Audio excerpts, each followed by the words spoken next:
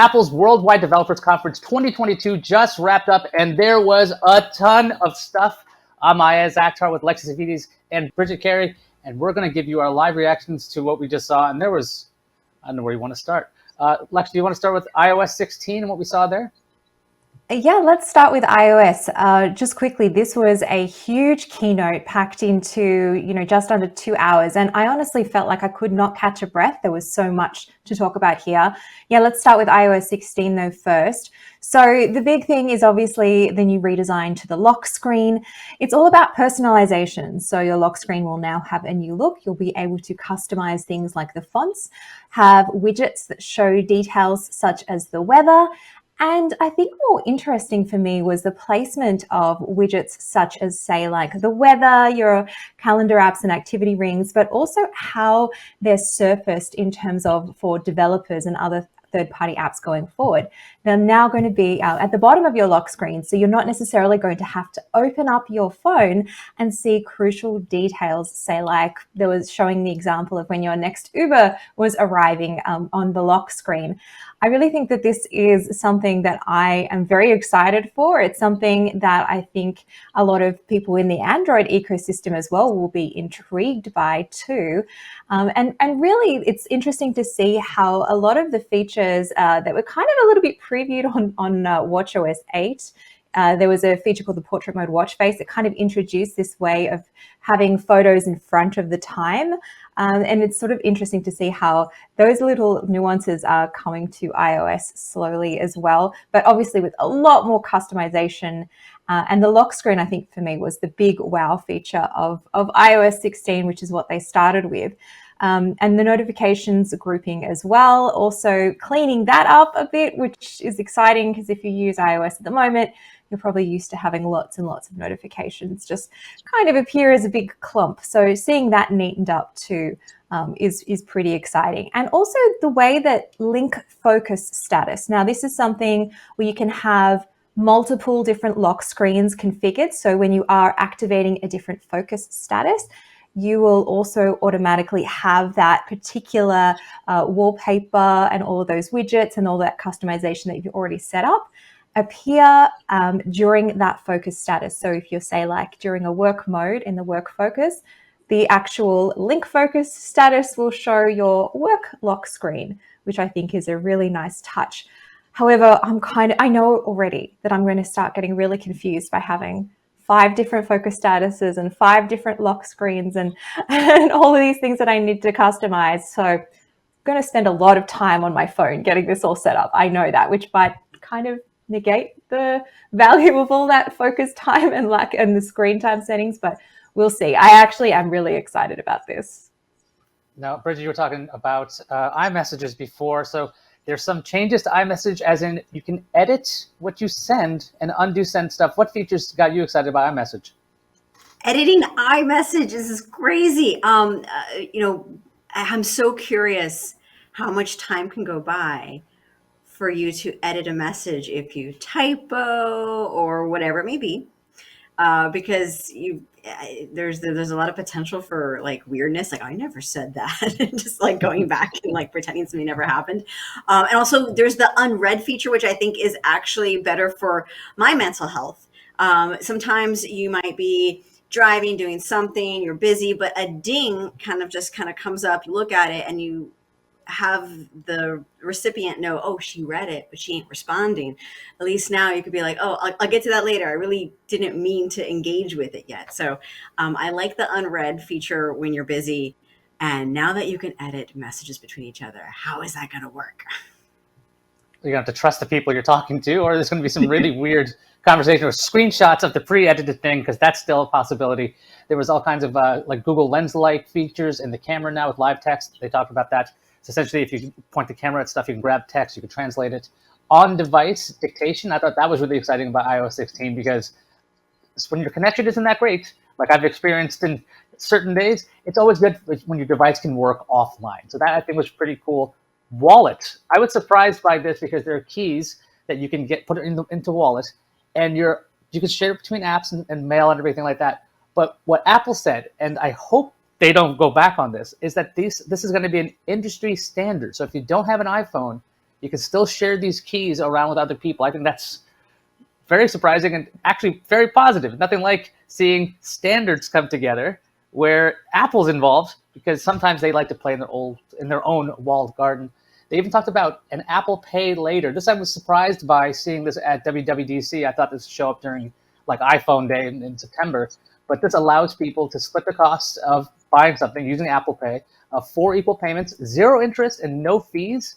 And for the developers, they don't need to do anything new other than use Apple Pay in their apps.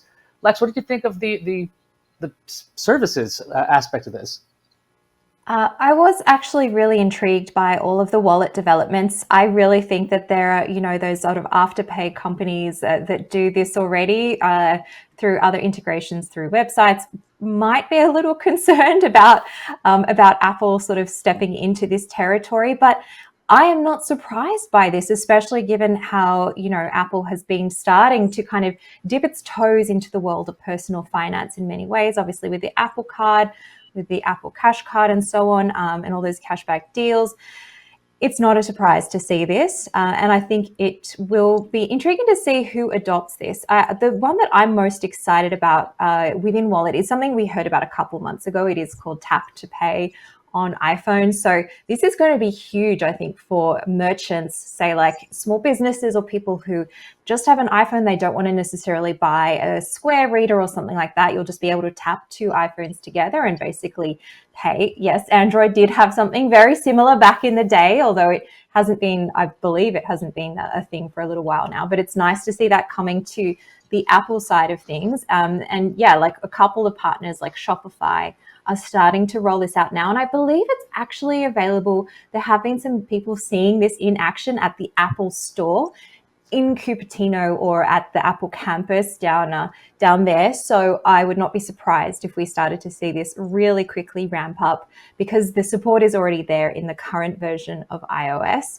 So excited to see those features coming to Wallet, and the ability to share keys with non-Apple phones, depending on whether they adopt certain standards or so on, which is it's interesting. I will be intrigued to see if the Android side jumps on this, because I think Apple is slow. I want to get your thoughts on this. Apple is slowly dipping its toes into kind of integrating, or not necessarily integrating, but playing a little bit nicer with other ecosystems. We saw things like FaceTime. You can now have Android users jump into that via web. Do you think this is something that Android and iOS are starting to play a little bit nicer?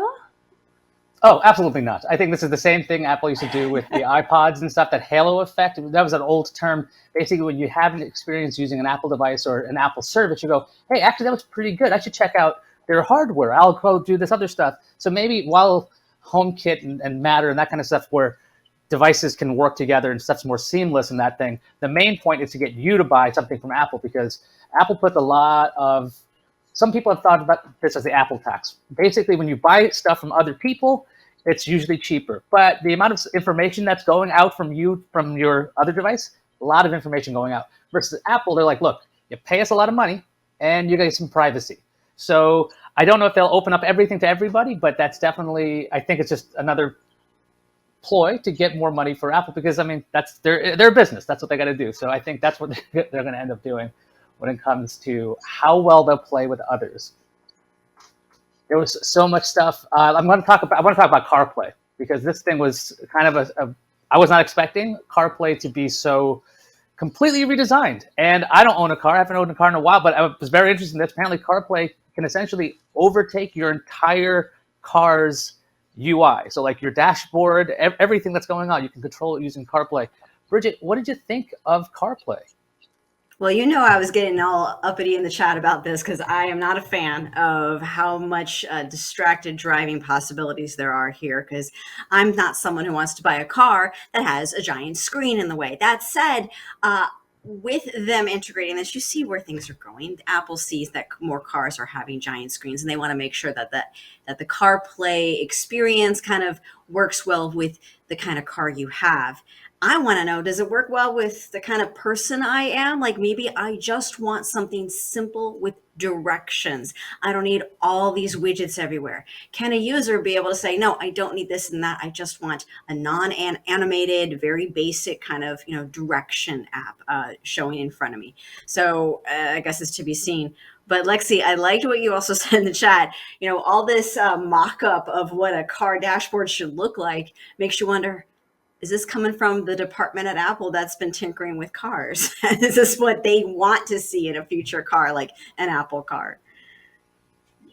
Yeah, look, all those rumors about Apple Car, we've honestly been hearing almost as long as the AR VR headset, which I guess we should talk about at some stage, because we didn't hear anything about hardware, or only a very few little nuggets that might hint towards that in the future. But yes, the long-awaited Apple Car project, I think this is a preview of what that might be. Is it the totality of the Apple Car project?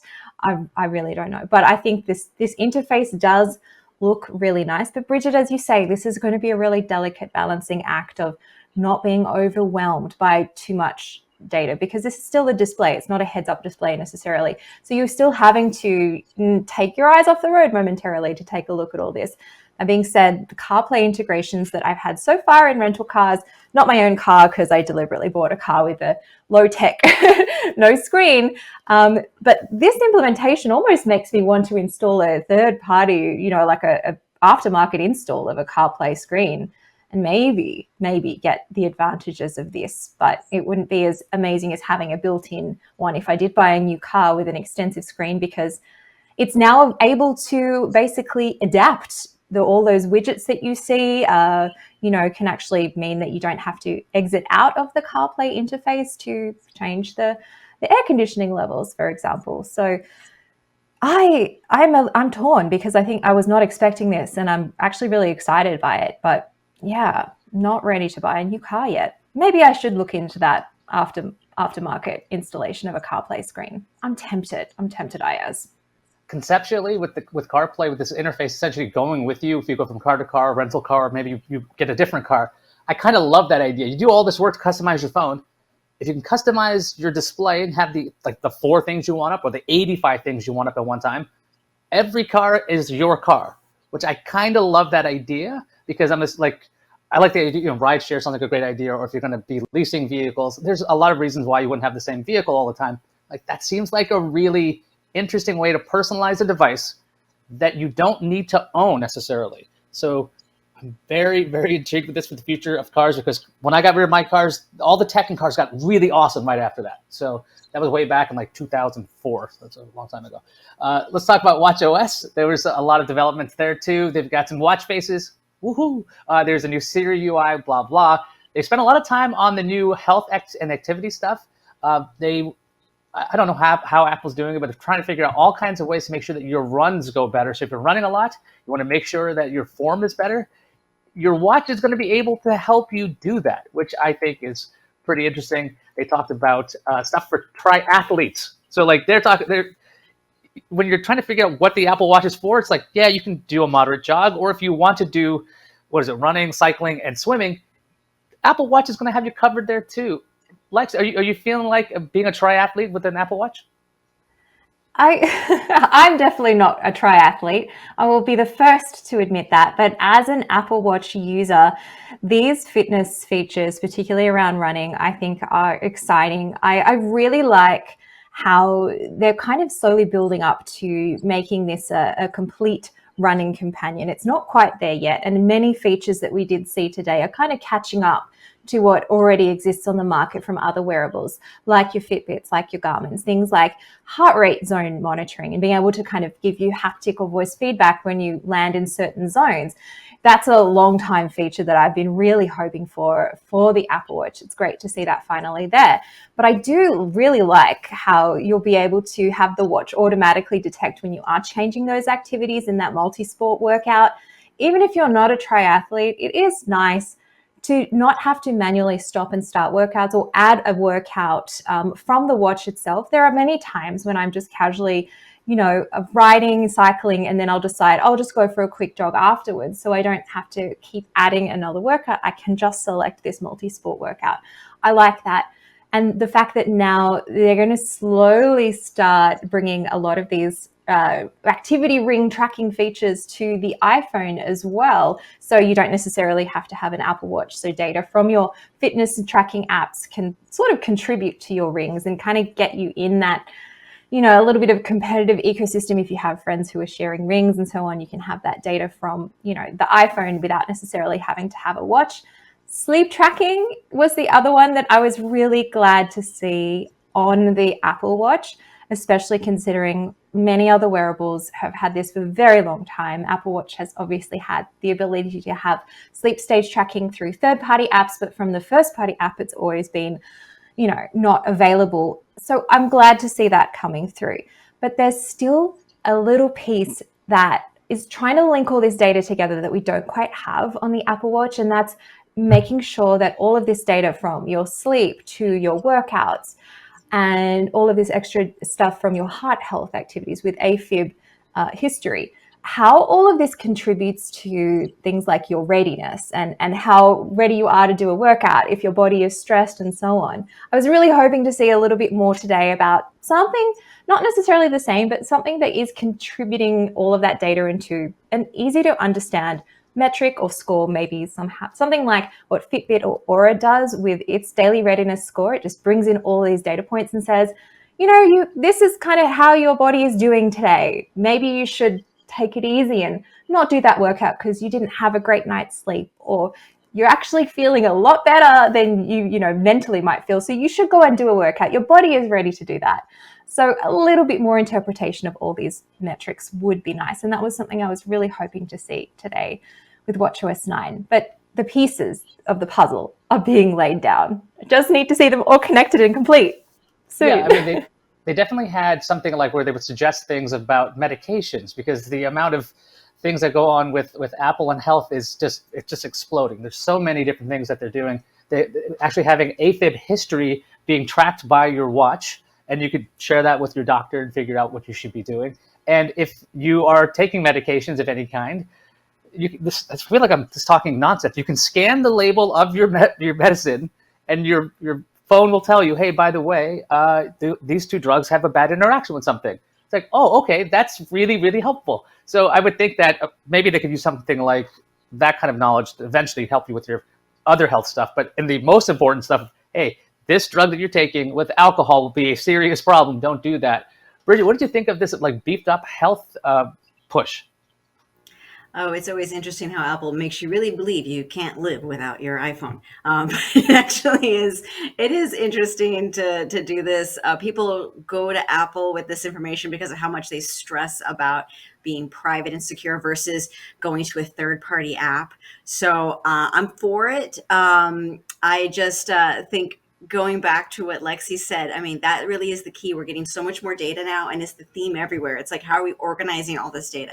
How are we able to calculate, do something about all this data? I am not someone who is someone who works out a lot. And I, for the first time, am going, oh, the Apple Watch is actually going to have some interesting information that might, be able to be useful beyond like you did a lot today.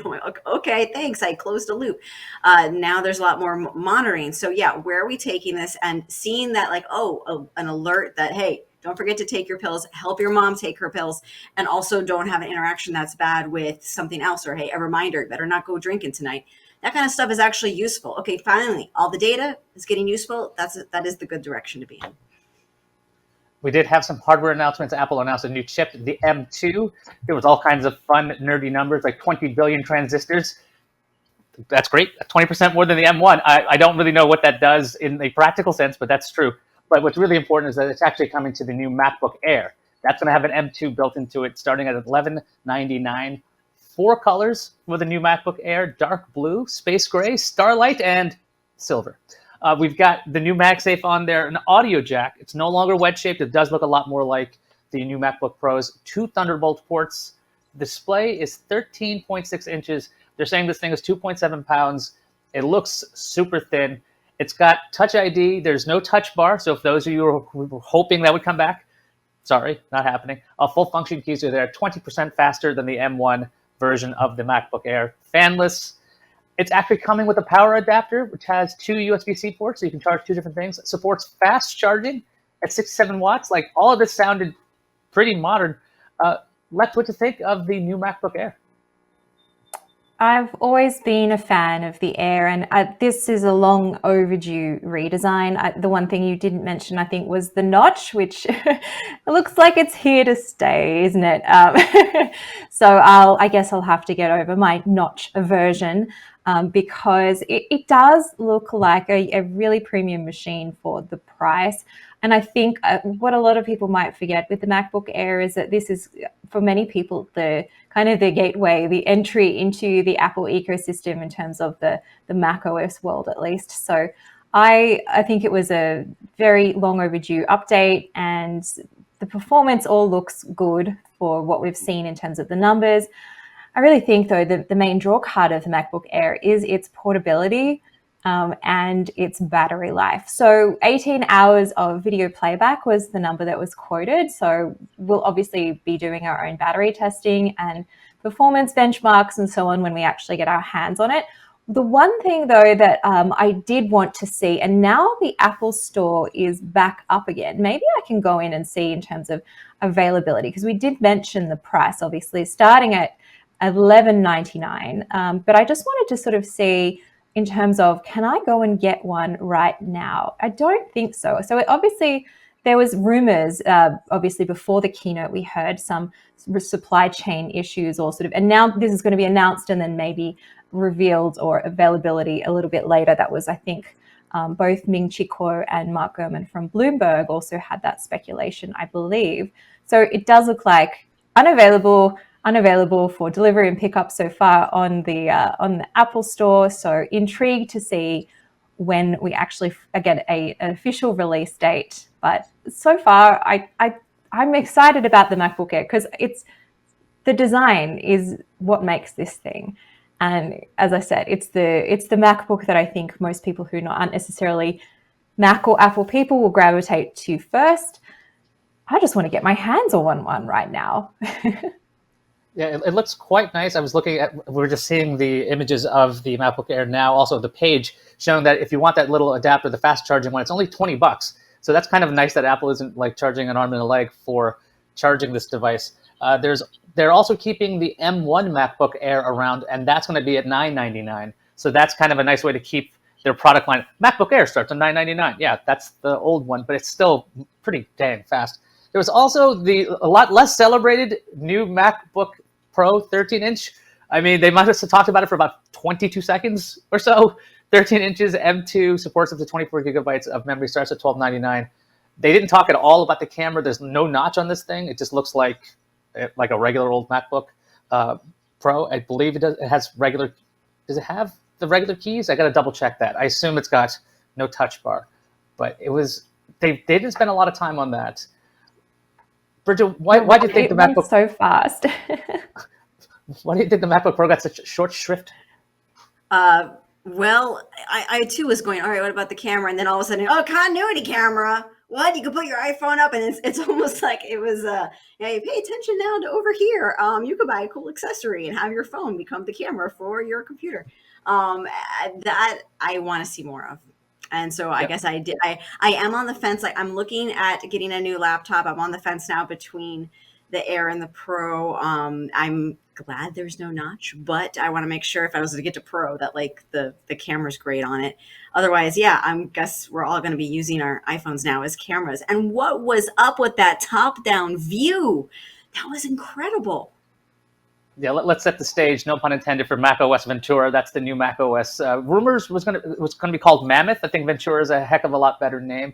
They showed a couple of features like Stage Manager, this new Windows manager, how to actually organize your stuff, and that's coming to iPadOS. But the thing that stole the show was this thing called Continuity Camera, where you can use your iPhone's camera as your computer's camera. I can talk. That's really easy. And if you have a certain iPhone, I guess with the iPhone Pro, they showed this remarkable desk view So it's a person on the left side, talking like normal, and then you could see their desk, and it's all done with the iPhone. So it's somehow taking an ultra wide image of what you're doing on your desk. It's correcting all of that weird skew. It's cropping out certain other objects. It looked like magic. I thought this was one of the coolest things I've seen. I don't know if it's actually going to work as well, but this is the demo. Lex, what do you think of this continuity camera? Absolutely wild. For me, this was probably the highlight of the whole keynote for me, and that's saying a lot because I think there was a lot in this presentation. I actually just tried to do a little kind of simulation. So holding the iPhone in roughly the position that it would be held in if you did mount it on top of your laptop with those mounts that seem to be made by Belkin, available later in the year is what was said. So using the ultra wide camera to snap a photo, definitely with the orientation that the laptop was at, it was kind of slightly tilted up. There is a lot of distortion, obviously, with wide angle lenses, and it wasn't able to capture as much on the desk as I was expecting. However, I was actually surprised about how much that I could see, even just in a cropped or non-altered image from the ultra wide angle lens. So I just really want to see this in action. And I think definitely for people in the video field like us, I was just so pumped about this because I'm almost going to have my own like top-down camera system, all from the iPhone, simultaneously grabbing my image straight from the main wide camera on the iPhone, and then the ultra wide being to actually demonstrate what I'm actually doing on the table, which I think is wild. So there's going to obviously be a lot of the computational photography stuff happening behind the scenes to get this image to not have as much distortion as wide angle lenses exhibit, especially the ones on our phones today. But I want this feature and I want it yesterday, but I honestly think that this one was the star of the show. And as soon as I saw this announced, I just sort of stopped what I was doing and I have to tweet about how cool this is. So if something exciting happened like in the minute after that, I wasn't listening because I was just interested in desk view and the continuity camera. Bridget, was your mind blown as much as mine with this? Because this was really cool for me. Yeah, I'm right there with you. I'm thinking about all the same things about like, oh, what can I do now with this camera? The fact that they are able to compute and change so it doesn't look distorted. I want to put it to the test. I'm very physical with my note taking. I'm always got a pen and paper in my hand. And I would love to see if you could, instead of talking about all this free-form board collaboration, what if you could just be right there drawing something quickly out instead of going, all right, open the app and let me show you. Like if you could just scribble something and have someone see it, how cool is that? I love that. I want that camera. I want that thing to work. I want it to work as well as they showed in that demo. I didn't notice this at the time because my mind was being blown, but they did show like a deck of cards and they looked like they were the proper proportions. The keyboard looked correct. They had the letter A on there. Everything looked properly done. It didn't look like it was all skewed or weird. There's like a round cup with the coffee there. There's all of these shapes proving that like, hey, look, if this does work, it looks like there's a second camera above your desk. And that's some fun stuff right there. Speaking of fun stuff, Apple spent some time on gaming. They were talking about Resident Evil Village coming to the Mac. I'm not a gaming person. Does anybody know if that's a big deal? Let me know in the comments. I found it interesting that you don't typically hear about a horror game in an Apple presentation. So maybe Apple did that for a reason. I mean, Resident Evil is very popular. Obviously, everyone's talking about it right now. But just a little note. I'm like, usually when I hear about Apple and gaming, it's a very cutesy game. Yeah, they talked about basically coming up with, how do I explain this? With the actual extra frames being added. It was something about like low-res images, making them higher and upscaled using Metal 3. Now, Lex, you thought this might actually be like groundwork for the AR VR headset in the future, right? Look, that's my theory. I have zero grounds to base this on, just apart from a hunch. I feel like looking at those developments that we saw, especially for developers, and talking about all of the APIs that are going to be available for them.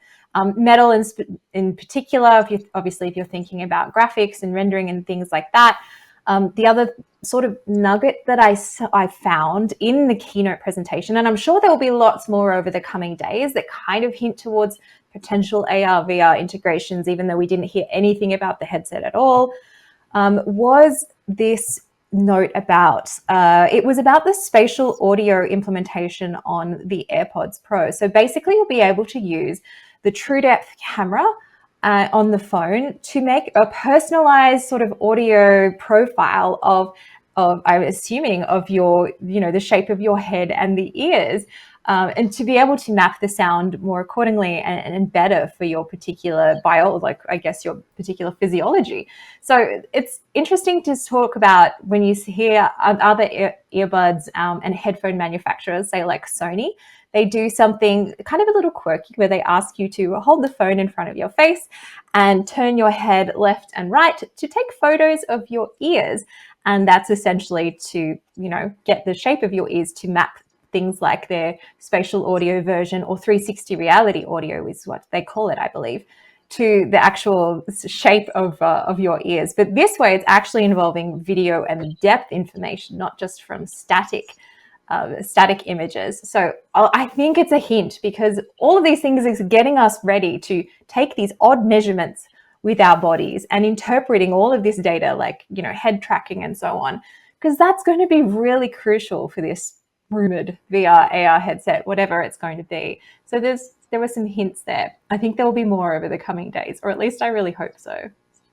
Yeah, and then Apple wrapped up with iPad OS 16, and that's going to be a lot more Mac-like. I thought that was great. Essentially, Craig Federighi explained that people wanted a lot of features, and we're going to give you a lot of the features there, including resizable windows. I know that sounds silly. You can have also an overlapping windows, like you could on a laptop. And one of the coolest things that they did, they showed. I got to stop talking because Craig Federighi became a meme machine throughout the whole event, and this was, I believe, the predecessor to iPad OS. It was him running in slow-mo with his fabulous hair. Kudos to him and the Apple team for putting something so silly together for something so productive. Because the next thing to talk about was collaborative efforts, and that was really dull. But I wanted to talk about the fact that when you plug in an iPad to a screen, an iPad Pro to an external monitor, it acts a lot more like a Mac. You can have a lot more windows up. You actually can have, you're not mirroring your display anymore. So it's actually an external screen. So it's so close to iPad and Mac joining up because they're so similar. So many of the same features that we talked about in Mac OS is coming to iPad OS. If it's an iOS, it's going to iPad OS. It seems very, very, very eventual. We're going to hit this inevitable point where Mac OS and iPad OS become the same thing. Bridget, what do you think about the new iPad OS? What is a computer? This is one of those highly debatable moments where people are like, no, the iPad shouldn't be more like a Mac, and people are waiting. Well, why not? It'll be a true working device when you can finally not have to feel like it's so different from your Mac book, and you can just kind of go back and forth between these worlds. So I would like to see how useful it is based on how many kind of, applications might be realistic. I mean, they always show these great applications on there where like, I can collaborate with my team. And I'm like, well, I'm not always doing that. So at least in my line of work. But I think overall, it's curious to see where it's going next. You're right. This is like merging everything. So no matter what you have to do, no matter what system you have, like Goldilocks will be something that fits you. And Lexi, I know you were the one who made the bet about eating your hat, but I guess I'm going to have to be the one who eats a hat for not having anything about VR or AR. Oh my gosh, I really thought they were going to go somewhere with this with all the gaming talk. We got nothing. That is the only hat I had near me. It's a Back to the Future hat, but there you go. It's a lovely hat. Folks, don't forget to stick with CNET for lots more coverage. For the first time in years, we got a demo room. So we got Dan Ackerman was over there, John Kim's there. They're going to be taking all kinds of video and stuff. So look for a video later today on that, because there's going to be hands-on footage of this stuff, and let's see if stuff works as well as Apple claims. Lexi, any final thoughts? I was really impressed with how much they managed to pack into this keynote, as I mentioned at the start. I think something that we didn't touch on that I think was also really interesting to sort of talk about the future of passwords or lack thereof with passkeys within Safari. So be able to use cryptographic information and basically keep your account safe just by authenticating with Touch ID or Face ID. And so the likelihood of phishing that is almost zero, basically, because it's all on device and it's all requiring your authentication. So interesting to sort of see how that actually implements in practice, especially for people who are not necessarily across what cryptographic techniques are and they just forget their passwords. It's as simple as that for some folk, myself included. So really interested to sort of see a little bit more about that in practice. And finally, getting to see desk view in action, because that was my key takeaway. Desk view, the passkeys stuff, and I was also excited about all of the watchOS 9 stuff, but I'm biased because I love my wearables, so that was always going to be a big thing for me. What about you, Bridget? Feels like it was a lot, but the main theme is just making life easier with how much data we're getting now. Started off with notifications being smoother, more customizable. You heard things about making parent controls easier. That's something that's always a big pain. Down to just making it easier if you want to have your iPad and do Mac work with it. So I think they're just going, all right, what do we do with all this information overload? We just make it a little easier now to digest it. Yeah, my head's spinning from everything. So the iPad OS is my favorite thing. I want to make sure that thing actually runs like a Mac. I want Macs to run like iPads. I want them all to become one thing at some point. Give me a touchscreen on the Mac at some point. That'd be kind of nice. So basically, I'm complaining about the stuff we didn't get yet. But anyway, iPad OS, excited about that. Ventura looks pretty neat too. So let's see. That pretty much does it for us right now. Lexi, thank you for being on. Bridget, BVG, Beecham, Bonnie, everybody, and you, the audience, thank you. And don't forget to subscribe, hit notification bells, and all this fun stuff so you can watch more CNET content.